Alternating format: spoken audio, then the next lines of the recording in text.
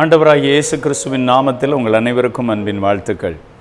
கர்த்தர் இன்றைக்கும் நம்மோடு பேசுவாராக. ஏன்னா அவர் பேசுகிற தேவன், நம்முடைய வாழ்க்கையில் அவர் கிரியை செய்கிற தேவன். யாத்திராகமத்தின் புஸ்தகம் 14ஆம் அதிகாரம் 21வது வசனம். மோசே தன் கைகளை சமுத்திரத்தின் மேல் நீட்டினான். அப்பொழுது கர்த்தர் ராமுழுமையிலும் பலத்த கீழ்காற்றினால் சமுத்திரத்தை ஒதுங்கும்படி செய்து அதை வறண்டு போக பண்ணினார். ஜலம் பிளந்து பிரிந்து போயிற்று. இஸ்ரவேல் புத்திரர் சமுத்திரத்தின் நடுவாக வெட்டாந்தரையில் நடந்து போனார்கள். கண்களை மூடி ஜெபிப்போம்.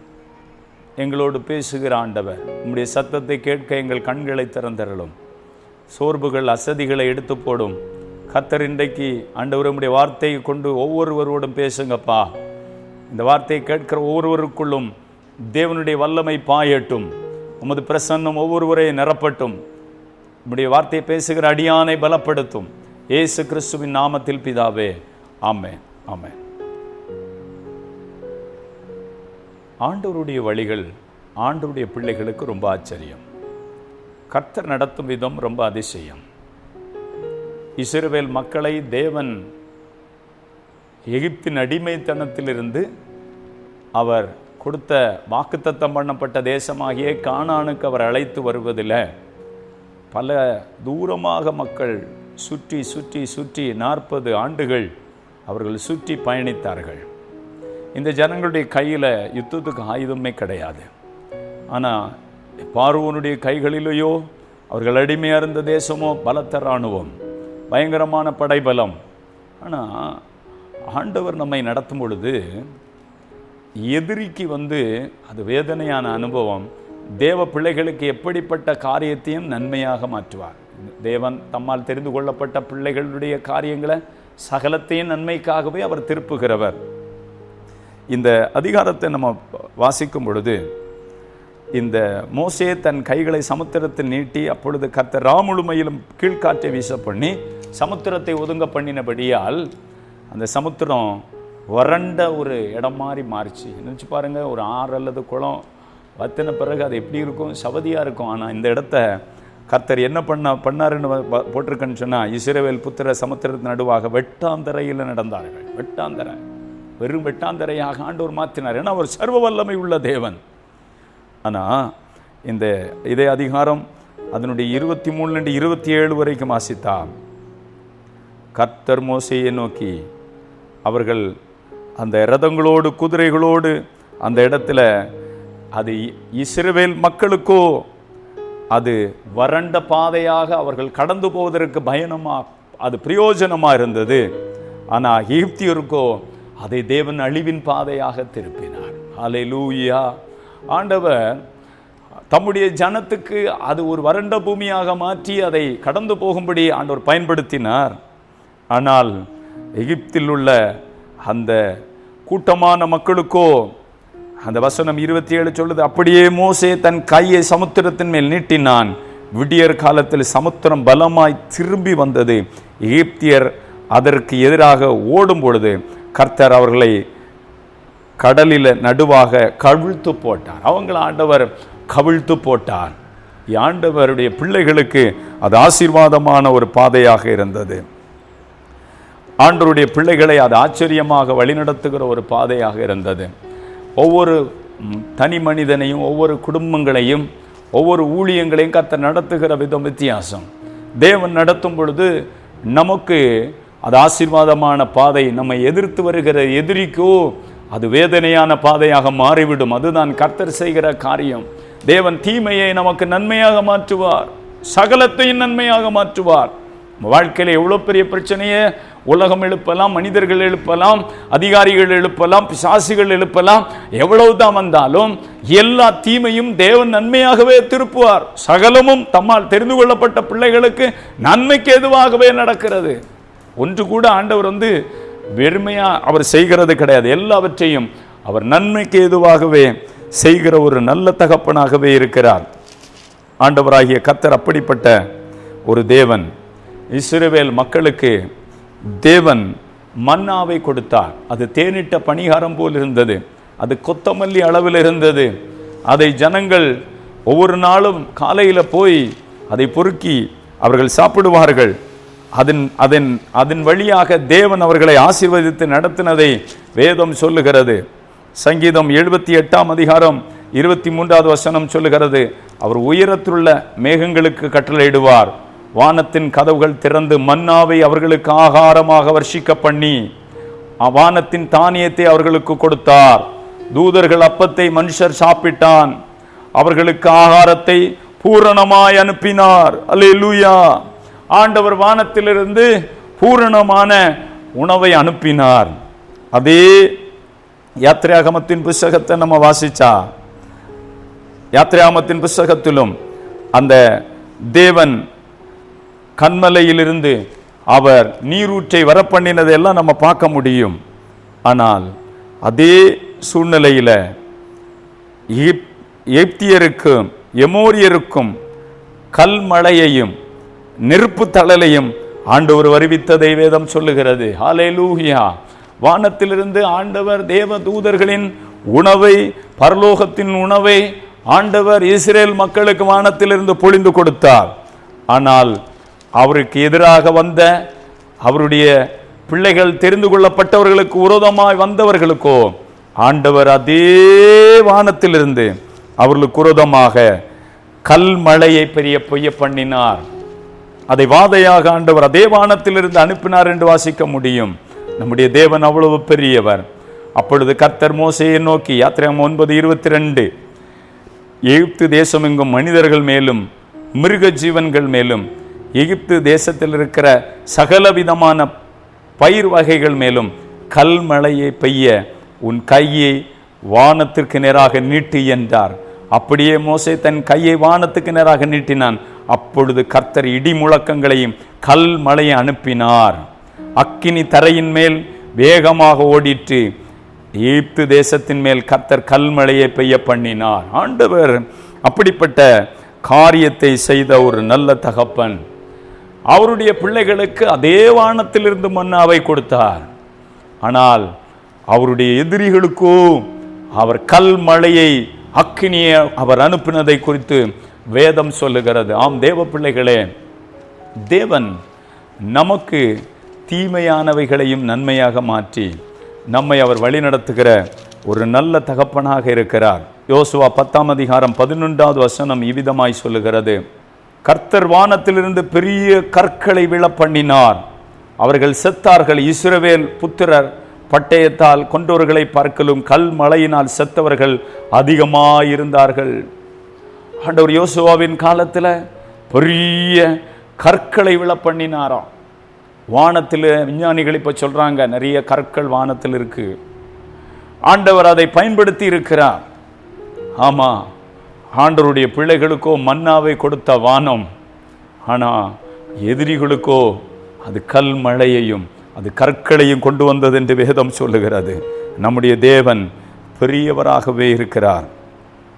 யாத்திராகமத்தின் புஸ்தகத்தை நம்ம இன்னும் திருப்பி கொண்டா அங்கே ஆண்டவருடைய வார்த்தை சொல்லுகிறது, அவர் இஸ்ரவேல் புத்திரருக்கு காடைகளை கொண்டு வந்து அவர்களுக்கு குவியலாக கொடுத்தார். அவங்க கேட்டாங்க, நாங்கள் எகிப்தில் இருக்கும் பொழுது நாங்கள் நிறைய வெரைட்டியாக சாப்பிட்டோம், ஆனால் இங்கே வந்தப்போ மன்னா இந்த மாதிரி வெஜிடேரியன் மாதிரி இருக்கு, எங்களுக்கு நான்வெஜ் வேணும்னு சொல்லி மோசையை ரொம்ப டார்ச்சர் கொடுத்தாங்க. மோசே அப்பொழுதெல்லாம் கிருபையுள்ள ஆண்டவருடைய முகத்தை நோக்கி அவன் ஜெபம் பண்ணும் பொழுதெல்லாம் தேவன் அந்த ஜனத்துக்கு அவர் பதில் கொடுக்கிறதை நம்ம வேதத்திலிருந்து பார்க்க முடியும். தேவ பிள்ளைகளே, ஆமாம், அவங்க கேட்ட வேளையில் ஆண்டவர் கீழ்காற்றை வீச பண்ணினார். வீச பண்ணினதுனால சமுத்திரத்திலிருந்து அங்கே காடைகள் குவியலாக வந்து விழுந்தது. அவர்கள் அதை புசித்தார்கள் என்று வேதம் சொல்லுகிறது. 16ஆம் அதிகாரம் யாத்திராகமம் 13வது வசனம், சாயங்காலத்திலே காடைகள் வந்து விழுந்தது, பாளையத்தை மூடிக்கொண்டது, விடியற் காலத்தில் பாளையத்தை சுற்றி பனி பெய்திருந்தது. இந்த இவ்வளோ மக்களுக்கு, லட்சக்கணக்கான மக்களுக்கு எவ்வளோ டாரஸ் லாரி எடுத்தால் கூட அவங்களுக்கு கொடுக்க முடியாது. இன்றைக்கி இருக்கிற ஒயிட் லக்கான் இந்த பிராய்லர் மாதிரியெல்லாம் அன்றைக்கி ஃபெசிலிட்டி இல்லை. ஆனால் ஆண்டவரோ அவர் எவ்வளோ அதிசயமான தேவன். அவர் கீழ்காற்றை வீச பண்ணி காடையை கொண்டு வந்து அங்கே குவிச்சார். ஜனங்களுக்கு மோசையை ஜபம் பண்ணின ஜபத்தை கேட்டு ஜனங்கள் மோசைக்கு விரோதமாக மோசை இடத்துல வந்து எங்களுக்கு வேணும்னு கேட்டதை ஆண்டவர் அவர்களுக்கு கொண்டு வந்ததை குறித்து வேதம் சொல்லுகிறது. ஆம் தேவ பிள்ளைகளே, ஆண்டவர் கீழ்காற்றை வீச பண்ணி அந்த ஜனங்களுக்கு அவர்கள் கேட்டதை அவர்களுக்கு அவர் கொடுத்ததை வேதத்தில் வாசிக்க முடியும். சங்கீதங்களின் புஸ்தகம் 78ஆம் அதிகாரம் அதனுடைய 26வது வசனம் இவ்விதமாய் சொல்லுகிறது. ஆகாசத்தில் கீழ்காற்று வரப்பண்ணினார், தம்முடைய வல்லமையினாலே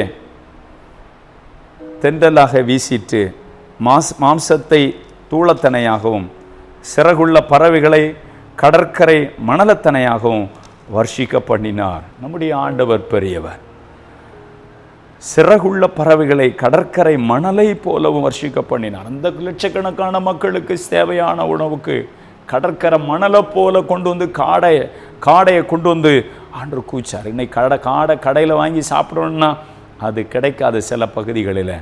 ஆனால் ஆண்டவர் இஸ்ரேல் மக்களுக்கு திரளாக கொடுத்தார். அவர்கள் பாளையத்தில் நடுவாக அதை எடுத்து அந்த இடத்தில் அவர்கள் சந்தோஷப்பட்டதை நம்ம பார்க்க முடிகிறது. எகிப்தியருக்கோ வெட்டுக்கிளிகளை கொண்டு வந்து அவர்களுக்கு பாளையத்தை அது மூடினதை குறித்து வேதம் சொல்லுகிறது. கீழ்காற்று எகிப்தியர்களுக்கு எதிரிக்கு தேவ பிள்ளைகளுக்கு விரோதமாக எழும்புகிறவனுக்கு, இன்னைக்கும் பலர் தேசத்தில் மத தீவிரவாதி மாதிரி தேவ பிள்ளைகளை அடிக்கவும் துன்புறுத்தவும் சபையை உடைக்கவும் நிறைய பிரச்சனைகளை கொடுக்கலாம். ஆனால் ஆண்டவர் செய்கிறது நமக்கு தெரியாது. ஆனால் அவனுக்கு தெரியும். தேவ பிள்ளைகளுக்கு அது ப்ளஸ்ஸு, அவனுக்கு அது மைனஸு. அவனுக்கு அது தேவனுடைய பட்டயமாக திரும்பும். அதில் சந்தேகமே இல்லை. வேதம் தெளிவாக சொல்கிறது. யாத்திராகமத்தின் புஸ்தகம் 10ஆம் அதிகாரம் 13வது வசனத்தை நம்ம திருப்பி பார்த்தா, அப்படியே மோசே தன் கோலை எகிப்து தேசத்தின் மேல் நீட்டினான். அப்பொழுது கர்த்தர் அன்று பகல் முழுவதும் அன்று ரா முழுவதும் கீழ்காற்றை தேசத்தின் மேல் வீச பண்ணினார். விடியற் காலத்திலே கீழ்காற்று வெட்டுக்கிளிகளை கொண்டு வந்தது. கீழ்காற்று என்ன கொண்டு வந்துச்சு தெரியுமா? வெட்டுக்கிளி பவுஞ்சா வந்தால் எல்லாத்தையும் சாப்பிட்றோம். இந்த நம்முடைய தேசத்தில் அப்பப்போ நியூஸில் சொல்லுவாங்க இந்த வெட்டுக்கிளிகள் வந்து எவ்வளோ நாசம் பண்ணுதுன்னு. வெட்டுக்கிளிகள் எகிப்து தேசம் எங்கும் பரம்பி எகிப்திய எல்லையில் எங்கும் மிகவும் ஏராளமாய் இறங்கிற்று. அப்படிப்பட்ட வெட்டுக்கிளிகள் அதற்கு முன் இருந்ததும் இல்லை, அதற்கு பின் இருப்பதும் இல்லை. அவைகள் பூமி முகம் முழுவதையும் மூடிற்று. தேசம் அவைகளால் அந்தகாரப்பட்டது. ஆண்டவர் எவ்வளோ பெரியவர் பாருங்க. அவருடைய பிள்ளைகளுக்கு அதே காற்றை பயன்படுத்தி உணவு கொடுத்தார். அதே காற்றை பயன்படுத்தி அவங்களுக்கு வெட்டுக்கிளி அனுப்பி கொடுத்தார். என் தேவன் அதுதான். அவ்வளவு மகத்துவம் உள்ள தேவன். அவர் எதிரடையான காரியத்தை செய்கிற தேவன். தம் ஜனத்துக்கு அவர் ஆசீர்வாதத்தையும் தம்மை எதிர்க்கிற ஜனங்களுக்கு அவரால் வருகிற பயங்கரமான விளைவுகளையும் அவர்கள் பெற்றுக்கொள்ளுகிறத நம்ம பார்க்க முடிகிறது. தானியேலின் புஸ்தகத்தை நம்ம திருப்பி கொண்டா 3ஆம் அதிகாரத்தில் ஷாத்ராக் மேஷாக் ஆபேத்நேகோ என்பவர்கள் எபிரேயர் அவர்களை நெருப்பு தீண்டவே இல்லை. ஆனால் அவர்களை கட்டி தூக்கி கொண்டு போன பலவான்களையோ தானியேல் 3:22 அந்த நெருப்பு 7 மடங்கு சூடாக்கப்பட்டபடியால் அவர்களை அது பட்சித்து போட்டது. தேவ பிள்ளைக்கு அது ஒரு பெரிய ஆயுதம், பாதுகாப்பு. எதிரிக்கோ தேவன் பயன்படுத்தும் ஒரு பெரிய ஆயுதமாக மாறுகிறது. ஆமாம், இன்றைக்கும் தேவ பிள்ளைகளே, ஆண்டவர் உங்களுக்கு நன்மையாக மாற்றுவார். எதிரிக்கோ அது ஆயுதமாக மாறும். அதை மாற்றுகிறவர் தேவனாகிய கர்த்தர் என்பதை மறந்து போகாதீங்க. யாத்திராகமத்தின் புஸ்தகம் 14ஆம் அதிகாரத்தை நீங்கள் திருப்பி கொண்டா அதனுடைய 19-20 ஆகிய வசனம் சொல்லுகிறது. அப்பொழுது இஸ்ரவேலரின் சேனைக்கு முன்பாக நடந்த தேவதூதனானவன் விலகி அவர்களுக்கு பின்னாக நடந்தார். அவர்களுக்கு முன்பாக இருந்த மேகஸ்தம்பம் விலகி அவர்களுக்கு பின்னாக நின்றது. அது எகிப்தின் சேனையோ இஸ்ரவேலின் சேனையும் ராமுழுமையிலும் ஒன்றோடு ஒன்று சேரக்கூடாதபடிக்கு நடுவில் அவர்களுக்கு அது பாதுகாப்பாக இருந்தது. ஆண்டவர் அந்த இடத்துல இஸ்ரவேல் மக்களுக்கு முழுமையிலும் அது மேக ஸ்தம்பமாக ஆண்டவர் இருந்தார். வெளிச்சம் கொடுக்கிறவராக இருந்தார். எகிப்தியருக்கோ அந்த 14ஆம் அதிகாரத்தின் 19-20 ஆகிய வசனம் சொல்லுகிறது. எகிப்தியருக்கு அது முழுவது ஒன்றோடு ஒன்று சேரக்கூடாதபடிக்கு அது நடுவாக அவர்களை அது அந்தகாரமாயிருந்தது என்று அந்த வசனத்தில் போட்டிருக்கு. அது அவர்களுக்கு இருட்டை கொடுத்ததாக அது மாறியது. தேவன் தம்முடைய பிள்ளைகளுக்கு அது மகிமையான காரியத்தை செய்ததை நம்ம பார்க்க முடிகிறது. ஆம் தேவ பிள்ளைகளே, ஆண்டவருடைய பிள்ளைகளுக்கு ஆண்டவர் அதே மேகஸ்தம்பத்தை வெளிச்சமாகவும் மற்றவங்களுக்கு அதை மாறுதலாகவும் செய்ததை நம்ம பார்க்க முடிகிறது. ஆதியாகமம் 7ஆம் அதிகாரத்தில் நம்ம திருப்பி பார்த்தா தேவனுக்கு கீழ்ப்படிந்த நோவாவின் குடும்பத்துக்கு கர்த்தர் பாதுகாப்பை கொடுத்தார். ஆண்டவர் சொன்னபடியே நோவா அழகான பேழையை கட்டி அந்த இடத்துல ஆண்டவர் சொன்னபடியே ஜோடி ஜோடான மிருகங்களை சேர்த்தார். ஆண்டவர் நோவா அந்த இடத்துல உத்தமனும் நீதிமானும் பொல்லாப்புக்கு விலகிறவனும் அவன் அக்காலத்தில் இருந்தவர்களுக்குள்ள ஒரு தேவ மனுஷனாக இருந்தார். அவரை அந்த மழையினால் அவருக்கு சேதம் வராமல் கர்த்தர் அவரை அந்த பேழைக்குள்ள அவருடைய குடும்பத்தையும் பாதுகாத்து. ஆனால் அவருடைய வார்த்தைக்கு கீழ்ப்படியாத மக்களுக்கோ அதே வெள்ளம் அவங்களுக்கு அழிவாக மாறினது. ஆண்டவர் எந்த காரியத்திலும் தேவ பிள்ளைகளுக்கு அவர் பாதுகாப்பு கொடுக்க முடியும். சாத்ராக் மேஷாக் ஆபேத்நேகோவுக்கு நெருப்பின் நடுவில் 4வது நபராக மனுஷ சாயலாக ஒருவர் நிற்கிறார் என்கிறத அந்த தேசத்தில் எல்லாரும் பார்த்தாங்களே. அவங்க மேலே அக்னி மனம் வீசலையே, அவங்க முடியல கூட நெருப்பின் எந்த வாசனை, அவங்க ட்ரெஸ்ஸோ ஒன்றுமே கருகலையே, அவங்க கட்டு கூட கலந்து போய் விடுதலையாக உலாவினாங்களே. அவங்களை தேவன் பாதுகாத்தாரே. அவரை நம்பி நிற்கிற உங்களை பாதுகாப்பார். எத்தீங்குக்கும் விலக்கி காக்கிற தேவன் அன்றைக்கு அவங்களுக்கு நோவாவுக்கும் அவர் குடும்பத்துக்கும் ஒரு பெரிய பாதுகாப்பு. இன்றைக்கும் தேவன் திருச்சபைகளை எழுப்பி தேசம் முழுமைக்கும் தேவனுடைய வருகை குறித்த வார்த்தைகள் சொல்லப்படுகிறது. யார் யார் சபைக்குள்ள ஓடிப்போய் நுழைந்து இயேசுவை பின்பற்றி உண்மையாக ஆண்டவராகிய இயேசுவை விசுவாசித்து மனம் திரும்பி திருமுழுக்கு பெற்று தேவனுக்காக வாழ்கிறார்களோ அவர்களுக்கு கிடைக்கிறது நித்திய காலமான ஒரு வாழ்க்கை. பாவத்தோடு வாழ்கிற மனிதன் இந்த உலகத்தில் தன் வாழ்க்கை முடிந்து போகும். அவனுக்கு நித்தியத்தில் இடம் கிடையாது. அங்கே நம்ம போகிறதற்கு வழியே இல்லை. வசனம் சொல்லுகிறது, மனம் திரும்பாமல் ஒருவன் அந்த தேவனுடைய ராஜ்யத்தில் பிரவேசிப்பதில்லை. மனம் திரும்பி குழந்தைகளைப் போல் ஆகாவிட்டால் ஒருவனும் அந்த ராஜ்யத்துக்குள்ள பிரவேசிப்பதே இல்லை. இந்த உலகம் கொஞ்ச காலம் அநித்தியமானது என்று வசனம் சொல்லுகிறது. தேவ பிள்ளைகளை நோவா அக்காலத்தில் இருந்தவர்களுக்குள்ள ஒரு தெய்வ பயமுள்ள மனுஷனாக இருந்தான். ஆண்டவர் அந்த இடத்துல நோவாவை அவன் குடும்பத்தையும் பாதுகாத்தார். ஆனால் அதே இடத்துல தேவ பிள்ளைகளுக்கு ஆண்டவர் பாதுகாப்பு கொடுத்தார். எதிரிக்கோ கீழ்ப்படியாதவர்களுக்கோ அது ஒரு பெரிய வேதனையாக முடிந்தது. 2 சாமுவேல் புஸ்தகம் 6ஆம் அதிகாரத்தை திருப்பி கொண்டா ஓபேத் ஏதோமின் வீட்டில் கர்த்தருடைய உடன்படிக்கை பெட்டி இருந்த வேளையில் அந்த வீடு ஒரு பெரிய ஆசீர்வாதம். ஆண்டவருடைய காரியம் நம்ம வீட்டில் நடக்குதா, நம்ம மூலம் நடக்கிறதா, அது நமக்கு ஒரு பெரிய ஆசீர்வாதம். ஆனால் தேவனுடைய பெட்டியை அந்த பெலிஸ்தியர்கள் கொண்டு போன வேளையில் அவர்களுக்கு அது சாபமும் நோவுமாக வேதனையாக மாறினதென்று 1 சாமுவேலில் வாசிக்க முடியும். எல்லாரையும் மூல வியாதி பாதித்தது. அங்கே ஒரு பெரிய வேதனையை அவங்க அனுபவிச்சாங்க. ஆமாம், ஆண்டவருடைய பிள்ளைகளுக்கு அது ஆசீர்வாதம். மனம் திரும்பாமல் ரட்சிக்கப்படாமல் ஆண்டவருடைய ஆவியின் அபிஷேகத்தை பெறாமல் ஏனோ தானோன்னு சொல்லி எல்லாம் வர்றவங்களுக்கு நிறைவான ஆசீர்வாதமே கிடையாது. தேவ பிள்ளைகளுக்கு அது ஒரு பெரிய ஆசீர்வாதம் என்று வேதம் சொல்லுகிறது. ஆண்டவர் அவ்வளோ பெரிய மகத்துவம் உள்ள தேவன். 2 கல்வர்களை சிலுவையில் தேவனுடைய வலது இடது பக்கத்தில் அரைஞ்சிருந்தாங்க. ஆனால் ஒருத்தன் நான் பண்ணின தப்புக்கு தக்க தண்டனையை நம்ம வாங்கிட்டு இருக்கோம். இவரோ தகாதது ஒன்று செய்யலையே, உம்முடைய ராஜ்யத்தில் வரும்பொழுது என்னை நினைத்தரணும்னு சொல்லி ஒரு கல்வன் ஆண்டவரை பார்த்து முறையிட்டான். ஆனால் இன்னொருத்தன் ஆண்டவரை தூஷித்து நீ கிறிஸ்துவனை இறங்கிவான்னு சொல்லி அவரை தூஷித்தான். ஒருவன் அந்த பாரடைஸ் போகும் ஒரு பாக்கியத்தை பெற்றான். ஆமாம், இன்றைக்கு நிறைய பேருடைய வாழ்க்கை இப்படி தான். எல்லாருக்கும் பிரசங்கம் பண்ணப்படுகிறது. கேட்கிறவர்கள் அதை கருத்தாக கேட்கலை, அதை உணர்வாக கேட்கலை, அதை வாழ்க்கையோடு அபியாசப்படுத்தலை. சில இடங்களில் போகும்பொழுது சொல்லுவாங்க, உங்களுக்கு வேத அறிவு நிறைய இருக்குன்னு சில மக்களை குறித்து சொல்லுவாங்க. ஆனால் பார்த்தா வாழ்க்கையில் ஒன்றுமே இல்லை. வாழ்க்கையில் அபியாசப்படுத்தாமல் வெறும் படித்து வைத்திருக்கிறதுனால பயன் இல்லை. தேவ பிள்ளைகளே, அன்றைக்கு சிலுவையில் அவன் உணர்ந்தான், தன்னை உணர்ந்தான். நான் பாவி, நான் செஞ்ச தப்புக்கு தான் எனக்கு தண்டனை. நம்ம செஞ்ச தப்புக்கு ஒரு நாள் நமக்கு தண்டனை உண்டு. அது நம்மை நரகத்துக்கு கொண்டு போகும். ஆனால் தேவனுடைய கிருபையோ ஆண்டவராக இயேசு கிறிஸ்து மூலம் உண்டாகிற ஒரு நித்திய வாழ்வு.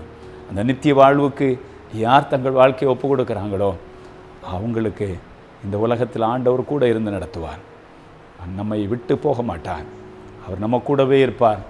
நம்மை அவர் வழி நடத்துகிற ஒரு நல்ல தேவன். 1 கொரிந்தியர் 1ஆம் அதிகாரத்தில் போட்டிருக்கு, சிலுவையை பற்றிய உபதேசம் ரட்சிக்கப்படுகிற தேவ பிள்ளைக்கு அது தேவ பலம். அது ரட்சிக்கப்படாது இருக்கிறவனுக்கு அது அவனுக்கு பைத்தியம் போல தோணும். இன்றைக்கி நமக்கு எப்படி இருக்குது?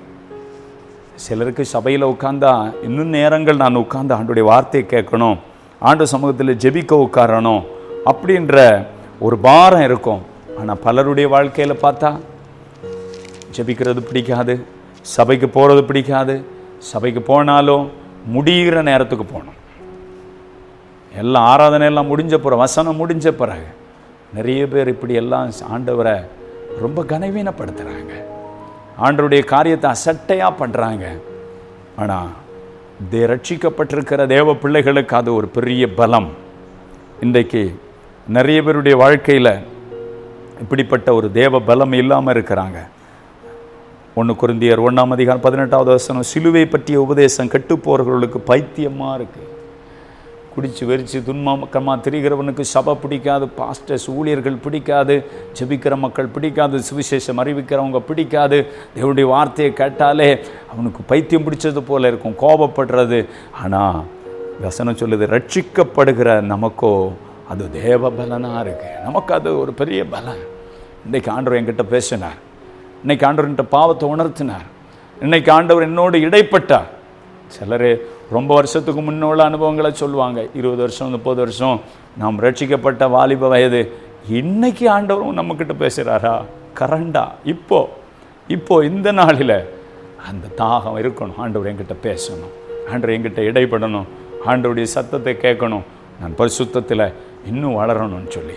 ஆமாம், தேவ பிள்ளைகளே, ரட்சிக்கப்படுகிற நமக்கு அது தேவ பலம். மற்றவங்களுக்கு அது பைத்தியம் போல இருக்கிறது. சிலுவை பற்றிய உபதேசம் கெட்டுப்போகிறவர்களுக்கு பைத்தியமாக இருக்குது. கெட்டுப்போகிறவர்களுக்கு நிறைய பேர் ஆண்டவர்கிட்ட வரமாட்டாங்க. தான் ஏன் என்ன நிலையில் இருக்கிறான்னு அவன் அறிந்து மனம் திரும்பிடுவான்னு சொல்லி பிசாசு அவனை வரவிடாது. தன்னை அவன் கண்டு கொள்ளுவான். தான் இருட்டில் தான் இருக்கிறேன் என்று. ஏன் ஆதாம் ஏவாள் ஒளிஞ்சாங்க? ஆண்டவருடைய சத்தத்தை கேட்காம. இன்றைக்கி நிறைய பேர் சபைக்கு போகிறது கிடையாது, ஊழியங்களில் கலந்து கொள்வது கிடையாது, ஆண்டவர் விட்டு தூரமாக இருக்கிறாங்க. ஏன்னா அவங்க இருக்கிற இடம், அவங்க செய்கிற காரியம் தேவனுக்கு பிரியம் இல்லாதது. அதனால் அவங்களால வர முடியலை. நம்ம ஆண்டவர்கிட்ட வரணும். அங்கே தூரமாக நிற்க நமக்கு ஆபத்து, வேதனை, பெரிய நெருக்கம். ஒரு தாய்ப்பறவையின் சட்டையின் கீழே இருக்கும் பொழுது தான் குஞ்சிக்கு பறவை அது அங்கெங்கே திரிஞ்சால் பருந்து தூக்கிட்டு போயிடும். அது மாதிரி தான் நம்ம ஆண்டவருடைய பாதத்தில் உண்மையாக வர வேண்டும். தேவ பிள்ளைகளுக்கு ஒரு ஆசீர்வாதம், தேவ பிள்ளைகள் அல்லாதவர்களுக்கு அது வேதனையின் அனுபவமாக தேவன் திருப்புகிறார். ஆமாம், ஆண்டவரை உண்மையாக நம்ம பின்பற்றும் பொழுது தேவன் அப்படிப்பட்ட மகத்துவமான காரியத்தை செய்வார். ஜெபம் பண்ணுவோமா? அன்பும் இரக்கமுள்ள ஆண்டவரே, இந்த வேலைக்காக ஸ்தோத்திரம். அந்த வார்த்தையை கேட்குற உம்முடைய பிள்ளைகள் மேலே உங்கள் வல்லமை இறங்கி வரட்டும். இன்றைக்கு ஆண்டவர் வேத வசனத்தின் மூலம் எங்களோடு பேசணும். உம்முடைய சத்தியத்துக்காக நன்றி. இந்த வார்த்தைகள் மூலமாக நீங்கள் எங்களோடு பேசினீங்களே, நன்றியப்பா, நன்றியப்பா, நன்றியப்பா. இயேசுவே உமக்கு நன்றி, நன்றி, நன்றி, நன்றி, நன்றி. ஹல்லேலூயா. ஆண்டவர் இஸ்ரவேலர்களுக்கோ வறண்ட பாதை, ஆனால் எகிப்தியர்களுக்கோ அது அவர்களுக்கு மரண பாதையாக மாறினது, அழிவின் பாதையாக மாறினது. இஸ்ரவேலர் கடந்து ஆண்டவர் அழித்த கானானுக்கு போனாங்க, மற்றவங்க அழிஞ்சு போனாங்க. ஆனால் தேவ பிள்ளைகளுக்கு அது பரலோகமாக மாறும், மற்றவங்களுக்கு அது நரகமாக மாறிவிடும் கடைசி முடிவின் நாட்களில். இன்றைக்கே நமக்கு ஒரு வாய்ப்பை கர்த்தர் கொடுக்கிறார். இதுவே நம்முடைய இரட்சணிய நாள். சிலுவை பற்றிய உபதேசம் ஒருவேளை நமக்கு பைத்தியம் போல தெரியலாம், ஆனால் ரட்சிக்கப்பட்டிருக்கிற நமக்கு அது தேவ பலன். ஆண்டவர் கொடுக்குற ஒரு பெரிய பவர், ஆண்டவர் கொடுக்குற ஒரு பெரிய அத்தாரிட்டி. ஆண்டவர்கிட்ட ஜெபம் பண்ணுங்க. ஆண்டவரே என்னை இன்னும் உம்முடைய பிள்ளையாக மாற்றுங்கப்பா. இன்னும் உமக்காக வாழ வேண்டும், இன்னும் உமக்காக ஓட வேண்டும், இன்னும் உமக்காக உழைக்க வேண்டும். நீர் எதிரிகளுக்கு ஆண்டவரே அப்பா ஹல்லேலூயா ஒரே காரியத்தை வச்சு எதிரிக்கு அது ஆயுதமாகவும், உம்முடைய பிள்ளைகளுக்கு அதை ஆசீர்வாதமாக மாற்றினீரே. இன்றைக்கு ஆண்டவர் அப்படியே நீர் செய்கிறீர் அல்லவா?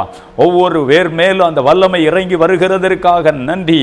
இன்றைக்கு ஒவ்வொருடைய வாழ்க்கையிலும் சத்துரு எதையெல்லாம் தீமையாக கொண்டு வருகிறானோ அவைகளை ஆண்டவர் இயேசு கிறிஸ்துவின் நாமத்தில் நன்மையாக நாங்கள் திருப்புகிறோம். தேங்க்யூ ஃபாதர், உமக்கு நன்றி. நன்றி அப்பா. ஹல்லேலூயா, உமக்கு ஸ்தோத்திரம். ஆண்டவர் காடைகளை கீழ் காற்றை வீச பண்ணி கொண்டு வந்தீர். எகிப்தியருக்கோ வெட்டுக்கிளிகளை கொண்டு வந்தீரப்பா. நீர் எவ்வளவு மகத்துவமான தேவன், நீர் எவ்வளவு அதிசயமான தேவன். ஆண்டவரே, எதிரியையோ நெருப்பு அழித்தது, ஆனால் உம்முடைய பிள்ளைகளுக்கோ அது பெரிய பாதுகாப்பாக இருந்தது. உம்முடைய பிள்ளைகளுக்கோ தண்ணீர் அது ஆண்டவரே அவர்களை பாதுகாக்கும்படியான வழியை நீர் உண்டு பண்ணினீர். ஆனால் உமக்கு கீழ்ப்படியாதவர்களோ தண்ணீர் அடித்து அவர்களை அழித்து கொண்டு போனதே அப்பா. இதோ நீர் எவ்வளவு மகத்துவம் உள்ள தேவன். இன்றைக்கும் தம் பிள்ளைகளுக்கு எல்லா தீமைகளையும் நன்மையாக நீர் திருப்புகிறீர். சகலத்தை நீர் திருப்புகிறீர். சகலம் அவர்களுக்கு நன்மையாக திரும்புகிறது. எப்பேற்பட்ட காரியத்திலும் நீர் நன்மையை உம்முடைய பிள்ளைகளுக்கு கொண்டு வந்து எதிரிக்கு அதை ஆயுதமாக நீர் திருப்புகிறதற்காக நன்றி ஆண்டவரே. Thank you father. இப்பொழுதே ஒவ்வொரு குடும்பங்கள் இருக்கிற கட்டுகள் அறுக்கப்படட்டும், போராட்டங்கள் விலகி போகட்டும், உடைய கண்ணீர் துடைக்கப்படட்டும், உடைய துக்கங்கள் சந்தோஷமாய் மாறட்டும். இன்னும் அவர்கள் ஜெபிக்கும்படி ஜெபாவி அவர்கள் மேல் ஊற்றுவீராக. இன்னும் அவருடைய காயங்களை கட்டுவீராக. அவருடைய கண்ணீரை நீர் துடைப்பீராக. அவருடைய துக்கங்களை சந்தோஷமாய் மாற்றுவீராக. அவருடைய வேதனைகளை நீர் மாற்றுவீராக. அவருடைய தத்தளிப்புகளை நீர் மாற்றுவீராக. அவருடைய சஞ்சலங்களை நீர் நீக்கி போடுவீராக. அவர்கள் மேலும் உடைய கிருபையை நீர் ஊற்றுவீராக. இப்பொழுது சகல பலவீனத்தின் வல்லமைகளும் விலகுவதாக. சகல கட்டுகளும் அறுக்கப்படுவதாக. சகல சாபங்களும் விலகி போவதாக. தீமைகள் நன்மையாக மாறுவதாக. ஆண்டவரே, எனக்கு இறங்கும்னு சொல்லி யார் யார் கூப்பிடுகிறாங்களோ உங்க மேல உங்க கிருபை பொழுது இறங்கட்டும்ப்பா. உங்கள் கண்ணீரை துடைக்கட்டும், காயத்தை கட்டட்டும், வீட்டுக்குள்ள உங்க வல்லமை இறங்கட்டும், பொருளாதார நெருக்கடிகள் விலகட்டும். இயேசு கிறிஸ்துவின் நாமத்தினால எலும்புகளுக்குள்ள உங்க வல்லமை இறங்கட்டும், நரம்புகளுக்குள்ள உங்களுடைய வல்லமை இறங்கட்டும்.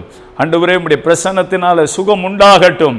அப்புறப்படட்டும் பலவீனங்கள், சண்டையின் ஆவிகள் வீட்டை விட்டு வெளியே போகட்டும். இயேசுவின் நாமத்தினால நித்திய மகிழ்ச்சி வரட்டும். பிரிவினின் ஆவிகள் துரத்தப்படட்டும். ஹல்லேலூயா, உமக்கு ஸ்தோத்திரம். கர்த்தராகிய ஆண்டவருடைய கைகளில் ஒப்பு கொடுக்கிறோம். ஆண்டவராகிய இயேசு கிறிஸ்துவின் நாமத்தினால பிசாசின் போராட்டங்கள் முற்றிலுமாய் அழிக்கப்படட்டும் அப்பா. இன்னும் ஜெபிக்க, இன்னும் பரிசுத்தம், இன்னும் பரிசுத்தம், இன்னும் பரிசுத்தம், இன்னும் பரிசுத்தம், இன்னும் பரிசுத்தத்தினால, இன்னும் ஜெபாவினால ஒவ்வொருவரையும் நிரப்புங்க ஆண்டவரே. உங்க கைகளில் அர்ப்பணிக்கிறோம். எதிரிக்கு அது ஆயுதமாக மாறினது, தேவ பிள்ளைகளுக்கு அது பாதுகாப்பாக மாறினது. தேவனை நம்பின பிள்ளைகளுக்கு பரலோக பாக்கியம், தேவனை நம்பாதவர்களுக்கு நரகம், தேவனை நம்பின பிள்ளைகளுக்கு ஒரு பெரிய மகிமையின் பாதுகாப்பு. ஆமாம் ஆண்டவரே, இன்றைக்கு உடைய வார்த்தையை கேட்கிற பிள்ளைகளுக்கு நீர் மகிமையான கிரியைகளை செய்ய போகிறதற்காக ஸ்தோத்திரம். இயேசு கிறிஸ்துவின் நாமத்தில் உடைய பிள்ளைகளை ஆசீர்வதித்து ஜெபிக்கிறோம். உங்கள் ஜெபத்தை ஏற்றுக்கொள்ளும் ஜீவனில் நல்ல பிதாவே. ஆமென், ஆமென், ஆமென்.